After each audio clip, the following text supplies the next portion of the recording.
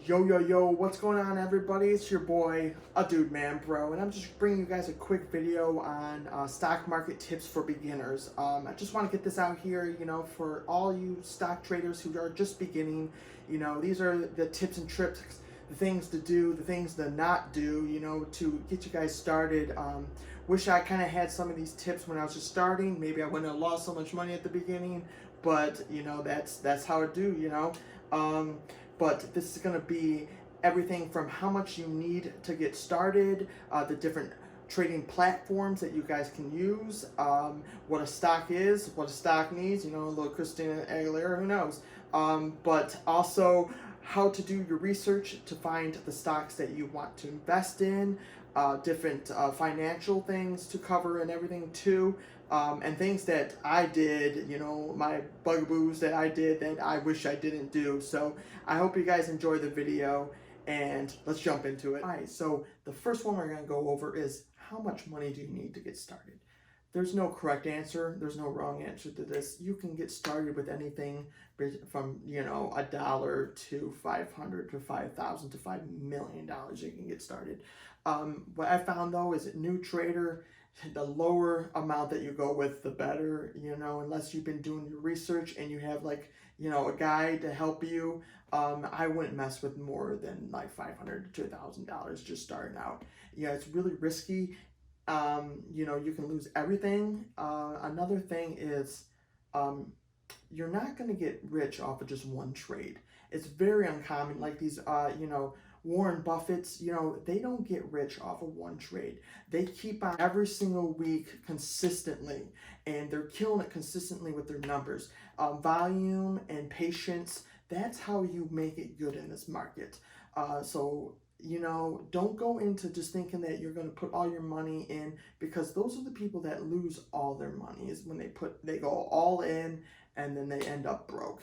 And that's not pretty for anybody. So what I would recommend a beginner stock market trader would be not to risk more than 10% on a single trade of what you have, your capital, So that's a good, go by. And then also it might be a good idea to make yourself some limits, some stop limits in a way of, if you lose so much in a day or a week or a month, you just stop trading, because some people get emotional, FOMO, fear of missing out, and they just, it's a gambler's mindset.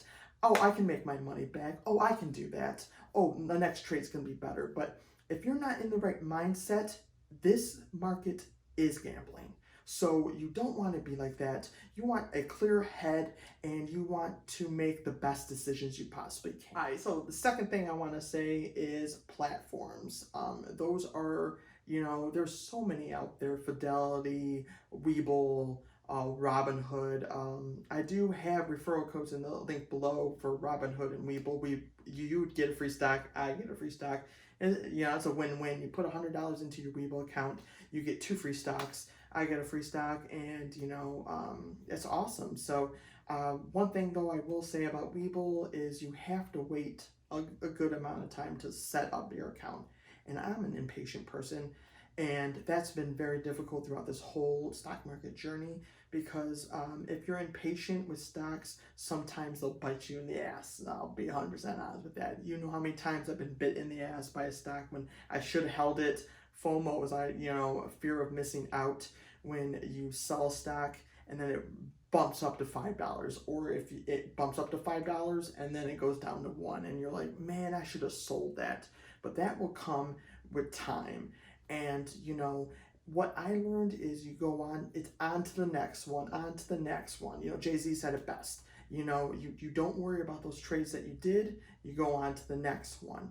But back to the platforms is, Webull takes too long, I feel. You have to wait for your money to settle, and then the account creation's kind of long, and then also the customer service, I feel like, my personal opinion, sucks. But then you also have Robinhood, who 2 or 3 months ago, actually no, 4 months ago, they completely stopped everyone from trading for 2 days. And I was pretty pissed about that, because 2 days of me not being able to trade and make money, especially how bad the stock market was at that time. You know how many stocks that could have gotten in super cheap. You know, but that's also, you know, FOMO. You know, you can't, you know, you can't look at that kind of stuff. But you know, but I would really do your research platform. Weeble's statistics and the graphs and everything, I think, are on point. They're pretty legit. But Robinhood, I think the user interface and just the whole feel of it is just a better platform, I feel like. But you know, do your research, find out what works best for you before you throw all your money in, because guaranteed it'll take a couple days to take all that money out. All right, so the third thing I want to go over is what a stock is and how to make money with stocks. So a stock is a small fractional part of a company. You basically are a share owner, you own part of the company. I wouldn't recommend, though, going into a Starbucks and saying, hey, I want some free shit because I own part of Starbucks. Wouldn't recommend doing that, but in theory, you're kind of technically right. So ways to make money in the stock market. So there's like normally 3 or 4, you know, there's a couple different ways of making money. The first one is appreciation. The stock going up in price. You know, you buy something for 20 bucks, it goes up to 40 bucks, you make $20 profit. That's one way. Second way you can do it is shorting the market, which is actually betting that the stock will go down in price. You can make money that way. And then the third way is dividends. And this is just an amount of money that a company gives you just for owning their shares. And this is just extra income. You know, the company's making so much money that they give extra money to the shareholders just by, you know, owning it. So that's pretty awesome. Forward, I kind of want to go into the different kinds of stock traders. So there is day trading, swing trading, and then long term. I'm going to go into each one of them in detail here. I'm still trying to find what I fall into. I love the swing trading and the long term a lot. So that's probably where I'm going to be at with that. Day trading is very risky. If you don't get in at the right price, you can end up burnt really bad. So, but let's go over day trading first. Day trading is basically holding a stock for anywhere between a minute. You know, it can technically be, it's by definition the day. You sell it before the day is done. The only thing about this is you can only make 3 trades with a small account, and that is anything 10,000 and less, or 999,000 and less. You have to have $10,000 in your account to be able to day trade more than 3 times. But you do get 3 free day trades a week, but you can only use those 3 day trades or else your account will get locked. So that's what kind of makes it really risky if you don't have that $10,000 capital to do that. But yeah, day trading, you buy it the day of, you sell it the day of.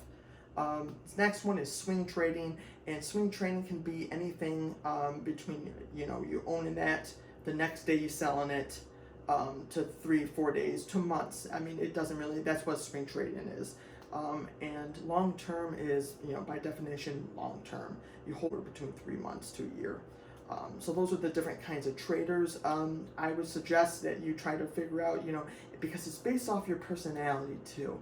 If you're a very antsy guy, kind of like me, day trading might not be the best for you, because I've noticed when I first started day trading, or trading in general, I would get so nervous about a stock going up that it would just, I would just grit my teeth like crazy.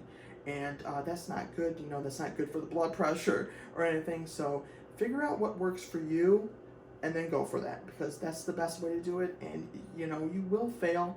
You know, I failed a lot, but it's just, the stock market is basically, gains need to be better than your losses. You know, you gotta win more than you lose, basically. The next thing I want to do is go over of how I find my stocks and how other people find their stocks. 2 ways that I found the most popular ways are earnings, and if they have an FDA or some type of approval coming up for a vaccine, like a pharmaceutical company. Those are 2 really big ways, like the most, you know, if you're just starting off, those are the best ways to know when to buy a stock, when to sell out a stock, and there's a bunch of different things that we can go into that are a little bit more advanced on when you should sell them, when you should hold them, because definitely with the FDA approval in the pharmaceuticals, sometimes even if the approval is positive, the stock can still take a crash and go down. So a lot of the times it's finding out when to sell it, and normally it's selling before the FDA approval and everything, but sometimes you don't do it though, so you have to do your research. Next thing is how to find out how profitable and good a company is. There's a couple different ways you can do this. One way is go to Google, type in the company, kind of go through the Google for finances and everything. Second way is investor relation page. That basically will have everything on the company, financial charts, basically almost anything that you need to know. The third is the 10K, and then it's like subcategories, the 10Q. 10K is an annual report of the company's finances. That'll go over everything, their net income, gross income, how much money they had on hand throughout the whole year, their expenses on operating as a company. The 10Q is a quarterly financial report. So, I would get familiar with those, because those are how you figure out and find out those stocks that you really, really like, and when you can trust and when you should go all in a stock. Second part of all this, I want to kind of just go over what I went through, a couple of my things that I want to penny stocks. This is another thing I kind of want to warn you guys about, because I thought, there's a good chance. I looked at these different stocks that, they used to be $3 or $4, and now they're 20 cents. Got myself into, and then ended up losing my ass on, because I, didn't do my research, didn't realize that they were going and filing for bankruptcy, and then my stock went down to 5 cents from $2, and now I'm out all that money. So they're not all bad. You can make money on penny stocks. But I would recommend, when you're just starting off, get on those good companies. Go for those good companies that have good financials and everything, because you most likely will not lose your ass on those, and it'll build confidence with you. And then if you want to get a little more risky when you're a little bit more advanced of a trader, then yes, more true to you, because there are so many opportunities that you can have for penny stocks and to make a lot of money. So those are just a couple, these are my suggestions and everything. I'm not a financial coach. If you have any questions or comments, please leave them. I love feedback. Thank you so much for all the subscribers I've been gaining. You guys have been showing me nothing but love, and I really appreciate it. If you want to like, share, and subscribe this video, that would help me out a huge bunch. I have a lot planned for my channel now. I'm trying to kind of do this full time. I have a series coming up that I think you guys are going to enjoy. It's going to be basically a financial freedom type of journey of me being able to quit my 9-to-5 and stock trade all day. So if you guys are looking forward to that, or you guys want to see that, please smash that like button. That'd be excellent. And I hope you guys' gains are better than your losses, and you guys stay classy. Later. Yo, what's going on?